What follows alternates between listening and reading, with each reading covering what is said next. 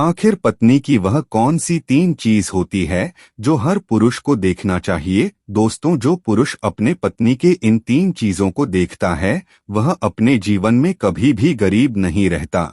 उसके घर में सदैव माँ लक्ष्मी का वास रहता है और माँ लक्ष्मी की कृपा दृष्टि उनके ऊपर सदैव बनी रहती है। दोस्तों, आज की वीडियो में हम बताएंगे कि आखिरकार वह कौन सी 3 चीज हैं जो हर पुरुष को अपनी पत्नी के देखनी चाहिए। दोस्तों, उससे पहले आप सभी से निवेदन है, यदि चैनल पर पहली बार आए हैं तो कृपया करके चैनल को सब्सक्राइब कर ले। तो चलिए दोस्तों शुरू करते हैं आज की इस प्यारी सी वीडियो और इस प्यारी सी कहानी से जानते हैं कि पत्नी की वह कौन सी 3 चीज है जो हर पुरुष को अपनी पत्नी की देखनी चाहिए। दोस्तों, एक बार की बात है, किसी गांव में एक आदमी रहा करता था। दोस्तों, वह आदमी अपनी पत्नी से बहुत परेशान था क्योंकि उसकी पत्नी अपने पति से बात बात पर लड़ाई झगड़ा करती थी। उसके घर में एकदम कंगाली छा गई थी। खाने के लिए घर में एक दाना तक नहीं था, ना ही पीने के लिए पानी और ना ही पहनने के लिए वस्त्र थे। दोस्तों, रोज रोज के इस क्लेश से वह पुरुष अपनी पत्नी से परेशान हो गया था। दोस्तों, एक दिन की बात है, वह आदमी अपने घर से जंगल की तरफ निकल जाता है। दोस्तों, जंगल में जाते जाते उस आदमी की एक साधु से मुलाकात होती है। तब वह आदमी उस साधु के पास बैठ जाता है और वहां पर बैठकर रोने लगता है। दोस्तों, वह साधु उसे आदमी को पूछते हैं कि पुत्र, आखिर तुम्हें हुआ क्या है, तुम क्यों रो रहे हो। तब वह आदमी उस साधु को बताता है कि महाराज, मेरे घर में मेरे पत्नी और मेरे 2 छोटे छोटे बच्चे हैं। मेरी पत्नी मेरी कोई भी बात नहीं मानती है, बात बात पर मुझसे लड़ाई झगड़ा करती है, जिसकी वजह से मेरा एक छोटा सा बिजनेस था वह भी बंद हो गया और अब हम घर में दाने दाने के लिए मोहताज है। हमारे घर में खाने के लिए कुछ भी नहीं है, पीने के लिए पानी नहीं है और पहनने के लिए वस्त्र नहीं है। लेकिन मैं अपनी पत्नी को समझाता हूँ कि लड़ाई झगड़ा ना करें, इसके बावजूद भी वह घर में रोज लड़ाई झगड़ा करती है। इस वजह से मैं बहुत दुखी हूँ और बहुत परेशान हूँ, इसलिए मैं घर छोड़कर आपकी शरण में आया। दोस्तों, वह साधु महाराज उस आदमी को बोलते हैं कि पुत्र, तुम रो मत, आज मैं तुम्हें ऐसे 3 चीज बताने जा रहा हूँ। जो पुरुष अपनी पत्नी की 3 चीजों को देखता है वह पुरुष अपने जीवन में कभी भी गरीब नहीं रहता है और ना ही उसके घर में कभी लड़ाई झगड़े होते हैं और उसके बिजनेस में तरक्की होती है। दोस्तों, तो वह साधु महाराज उस आदमी को बताते हैं कि मैं तुम्हें जो बातें बताने जा रहा हूँ उन 3 चीजों को गांठ बांध लो। तब वह आदमी उस साधु महाराज की बातें बहुत गौर से सुनता है और साधु महाराज से बोलता है कि प्रभु, आप मुझे जल्द से जल्द बताइए वह कौन से 3 चीज है जो हर पुरुष को अपने पत्नी की देखनी चाहिए। दोस्तों, तब वह साधु महाराज उस आदमी को एक कहानी सुनाते हैं। किसी नगर में एक सेठ रहा करता था। उस सेठ का बहुत बड़ा व्यापार था। उसके घर में सेठ और उसकी पत्नी रहा करते थे। उस सेठ और सेठानी में आपस में बहुत प्रेम था। उनके घर में कभी भी लड़ाई झगड़ा, किसी प्रकार का कोई अंधा क्लेश नहीं होता था, इसलिए उसके घर में सदैव माँ लक्ष्मी का वास रहता था और उनके बिजनेस में दिन दुगनी रात चौगुनी तरक्की होती थी। उन सेठ सेठानी में इतना प्रेम था कि आसपास के लोग उनके इस प्रेम को देखकर जल जाया करते थे। दोस्तों, सेठ और सेठानी के इस प्रेम की मिसाल हर गांव वाले देते थे। ऐसे कर करके उस सेठ और सेठानी की बात उस गांव की राजा तक भी पहुंच जाती है। दोस्तों, जब सेठ सेठानी की बात उस राजा के पास पहुंचती है तो वह राजा भी उनके प्रेम की मिसाल की तारीफ करते हैं और कहते हैं, हमारे गांव में एक पुरुष और स्त्री ऐसे भी है जिनके घर में कभी भी लड़ाई झगड़ा नहीं होते हैं। उन दोनों में आपस में इतना प्रेम है कि जितना मैं आज तक अपनी जिंदगी में कभी भी नहीं देखा। दोस्तों, एक बार की बात है, वह राजा पूरे नगर में ढिंढोरा पिटवाते हैं और कहते हैं, इस राज्य में जितने भी लोग हैं वह सभी लोग अपने अपने घर में दिया जलाकर रखेंगे। तब राजा की रानी अपने राजा से पूछते हैं कि महाराज, आज आखिरकार आप सभी के घर में दिया क्यों जलवा रहे हैं। राजा रानी की बात सुनकर रानी को बोलते हैं कि दीपक प्रेम की निशानी होती है।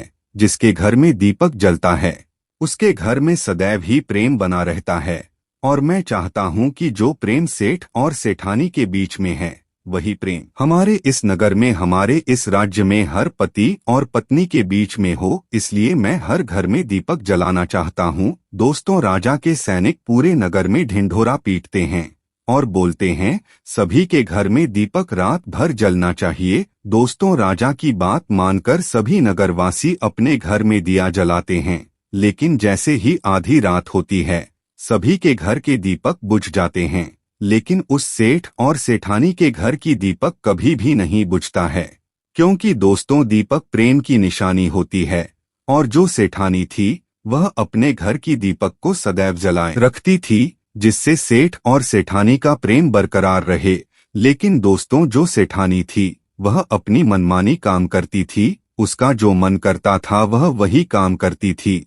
लेकिन सेठ को इस बात से कभी भी कोई दिक्कत नहीं होती थी, क्योंकि सेठ बहुत समझदार था। वह सोचता था कि यदि मैं अपनी पत्नी को रोक टोक करूंगा तो घर में बेवजह ही लड़ाई झगड़ा होंगे। दोस्तों, इसीलिए सेठ सेठानी की कई चीजों को और कई बातों को अनदेखा करता था। वह सेठ इसलिए अनदेखा करता था ताकि पति पत्नी में वह प्रेम और व्यवहार बना रहे। एक दिन की बात है दोस्तों, राजा और रानी अपने छत के ऊपर खड़े होकर अपने नगर का नजारा देख रहे थे और वह राजा और रानी देखते हैं कि उनके पूरे राज्य में अंधेरा था, लेकिन सिर्फ एक सेठ और सेठानी का ही गांव का घर था जहां दीपक जल रहा था। दोस्तों, तब राजा रानी से बोलता है कि देखो सेठ और सेठानी में कितना प्रेम है, सभी के घरों का दीपक बुझ गया है, लेकिन सेठ और सेठानी के घर का दीपक अभी भी जल रहा है। इसका मतलब यह है कि सेठ और सेठानी में बहुत ही ज्यादा प्रेम है। तब रानी अपनी राजा से बोलती है कि महाराज, सेठ और सेठानी में जो भी प्रेम है वह इसलिए है क्योंकि सेठानी समझदार है, इसलिए सेठ के घर में प्रेम है। दोस्तों, जब राजा रानी की बात सुनता है तब राजा बोलता है कि नहीं महारानी, यहाँ पर सेठ ज्यादा समझदार है, इसलिए उनके घर में कभी भी लड़ाई झगड़ा नहीं होती है। दोस्तों, रानी बोलती है कि सेठानी समझदार है, राजा बोलते हैं कि नहीं सेठ समझदार है। दोस्तों, सेठ और सेठानी की बात को लेकर राजा और रानी में बहस होने लगी। तब राजा बोलता है कि देखो, हमें बहस करने की जरूरत नहीं है, क्यों ना हम दोनों उनकी एक परीक्षा ले, परीक्षा में जो पास होगा वही समझदार होगा। राजा और रानी अपने बात से सहमत हो गए और उन दोनों की परीक्षा के लिए तैयार हो जाती है। दोस्तों, तब राजा अपने महल में जाता है और अपनी दासी को बुलाता है और वह अपने दासी से बोलता है उस सेठ के पास जाओ और जो जो प्रश्न में तुमसे बोल रहा हूँ वह तुम सेठ को बोलना। वह दासी बोलती है ठीक है महाराज। फिर वह दासी राजा की बात सुनकर सेठ के पास जाती है। इस समय ही सेठ की पत्नी बाजार गई थी कुछ सामान लेने के लिए। दोस्तों, तो वह राजा की दासी सेठ से बोलती है कि सेठ जी, मैं राजमहल से आई हूँ, राजा साहब ने मुझे भेजा है। दोस्तों, वह सेठ उस दासी को बोलते हैं कि बताइए मैं आपकी क्या सेवा कर सकता हूँ, आप बैठिए, मैं आपके लिए पानी लेकर आता हूँ। तब वह दासी सेठ से बोलती है नहीं सेठ जी, मैं राजा की दासी हूँ, बस आपके पास राजा के समाचार लेकर आई हूँ। दोस्तों, तब वह सेठ बोलता है कि ठीक है दासी, आप मुझे बताइए राजा साहब ने क्या समाचार भेजा है मेरे लिए। तो दोस्तों, वह दासी सेठ से बोलती हैं कि सेठ जी, राजा साहब ने मुझे यह बोले हैं यदि तुम अपनी पत्नी को छोड़ देते हो तो वह तुम्हें खूब सारे हीरे और जवाहर देंगे, तुम्हें राजमहल में एक अच्छे पोस्ट पर नौकरी भी देंगे। लेकिन सेठ राजी नहीं हुए। दूसरी बात, रानी ने राजा से बोला था कि नहीं सेठ समझदार नहीं है, सेठानी समझदार है। दोस्तों, सेठ और सेठानी के बातों को लेकर राजा और रानी में फिर से कहा सुनी होने लगी। तब रानी राजा से बोलती है कि आपने सेठ की परीक्षा ली है, मैं भी सेठानी की परीक्षा लेना चाहती हूँ, तब इससे बात क्लियर हो जाएगा कि सेठ और सेठानी में कौन ज्यादा समझदार है।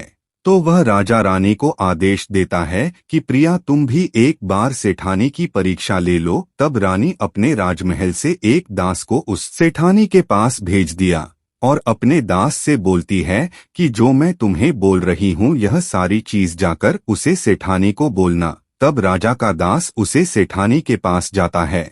इधर से सेठ अपने काम के सिलसिले में कहीं बाहर गया हुआ था, घर पर सेठानी ही अकेली थी। दोस्तों दास मौका देखकर उसे सेठानी के पास पहुंचता है और सेठानी से बोलता है कि सेठानी जी, मैं राजमहल से आया हूं, मुझे रानी साहिबा ने भेजा है। दोस्तों तब वह सेठानी बोलती है, ठीक है, बताइए तुम्हें रानी साहब मेरे पास क्यों भेजा है। दोस्तों तब वह दास सेठानी से बोलता है कि रानी साहिबा ने बोला है कि यदि तुम अपने पति को छोड़ दोगी तो वह बहुत सारे हीरे जवाहरात देंगे, और अगर तुम अपने पति को मार दोगी तो वह तुम्हें अपने राज्य का आधा हिस्सा दे देंगे। दोस्तों दास की बात सुनकर सेठानी तैयार हो जाती है और कहती है, ठीक है, यदि रानी साहिबा अपने राज्य की आधा हिस्सा मुझे देंगे तो मैं अपने पति को मार दूंगी। दोस्तों तब उस राजा का दास उसे सेठानी से बोलता है कि मुझे कैसे पता चलेगा कि तुमने सेठ जी को मार दिया है। दोस्तों तब सेठानी राजा के दास से बोलती है कि मेरे घर में जो दीपक चल रहा है वह तुम्हें दिख रहा है। तब दास बोला, हाँ दिख रहा है। तब सेठानी उसे राजा के दास से बोलती है कि जब मैं अपने पति को मार दूंगी तो मैं यह दिया बुझा दूंगी तो तुम्हें पता चल जाएगा कि मैं अपने पति को मार दिया है। अब वह दास सेठानी की बात सुनकर राजमहल को वापस लौट जाता है और राजा और रानी से यह सारी बात बताता है। सेठानी की बात सुनकर रानी बहुत अचंभित हो जाती है और रानी को स्त्री जाति से नफरत होने लगती है। दोस्तों तब वह राजा अपने सारे दास के साथ सारे सैनिकों को बुलाता है और बोलता है, देखो, मैं यह नहीं चाहता हूं कि राजा और रानी के वजह से किसी निर्दोष की जान जाए। तुम ऐसा करो, उस सेठानी के घर जाओ और उस सेठ को सारी बातें बता दो और उस सेठ को बचा लो। दोस्तों इधर दास और दासी सेठानी के घर पर जाते हैं और सोचते हैं कि सेठानी तो सेठ को रात में मारेगी और दिया भी बुझाएगी, इससे पहले ही हम सेठानी के घर में हमला बोल देते हैं।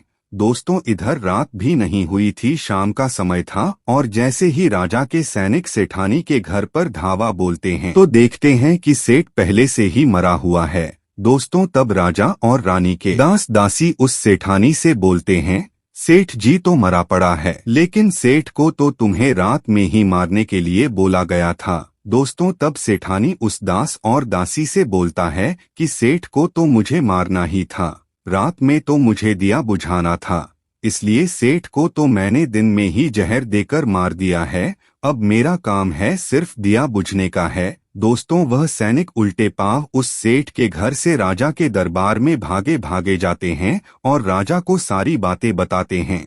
दोस्तों राजा क्रोध से आग बबूला हो जाता है और उसको स्त्रियों से घृणा होने लगती है और वह अपने सैनिकों को भेजता है कि उस सेठानी को बंदी बनाकर ले। तब राजा के सैनिक उस सेठानी को बंदी बनाकर राजा के राज दरबार में पेश करते हैं। दोस्तों तब वह राजा उस सेठानी को कारावास में डलवा देता है और वह राजा समस्त स्त्री जाति से नफरत करने लगता है। दोस्तों वह साधु इस कहानी को गांव के उस आदमी को सुनता है। तब साधु उसे आदमी से बोलता है, अब तुम्हें समझ में आ गया होगा कि स्त्री की वह कौन सी 3 चीज हैं जो हर कोई पुरुष को देखना चाहिए।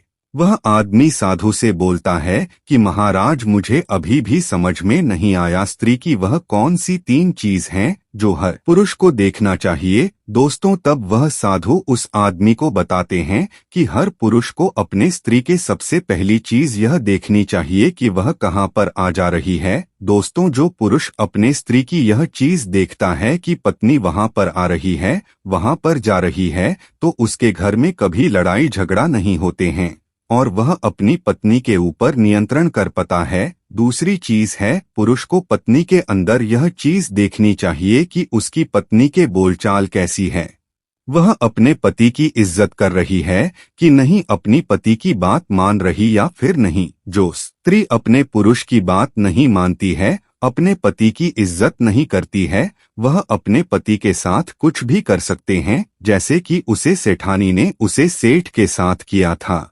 इसलिए हर पुरुष को अपनी पत्नी की यह चीज देखनी चाहिए। तीसरी चीज वह साधु उस आदमी को बताता है, हर पुरुष को पत्नी के चाल चलन जरूर देखना चाहिए। दोस्तों जो पुरुष अपने पत्नी के चाल चलन देखता है और उसके चाल चलन पर उससे ज्यादा प्रेम नहीं करता है, उसको अपने कंट्रोल में करके रखता है। तो उसके घर में लड़ाई झगड़ा कभी भी नहीं होते। दोस्तों, जो स्त्रियां अपने घर पर मनमानी चलाती है और पति की बातों को नहीं मानती है, उनके घर में इस तरीके की मुसीबत आती है। दोस्तों, यह 3 बातें वह साधु महाराज उस आदमी को बताता है और फिर वह आदमी इन 3 चीजों को गांठ बांध लेता है और साधु को प्रणाम करके अपने घर पर चला जाता है। दोस्तों, मैं उम्मीद करता हूँ आपको इस कहानी से बहुत कुछ सीखने को मिला होगा।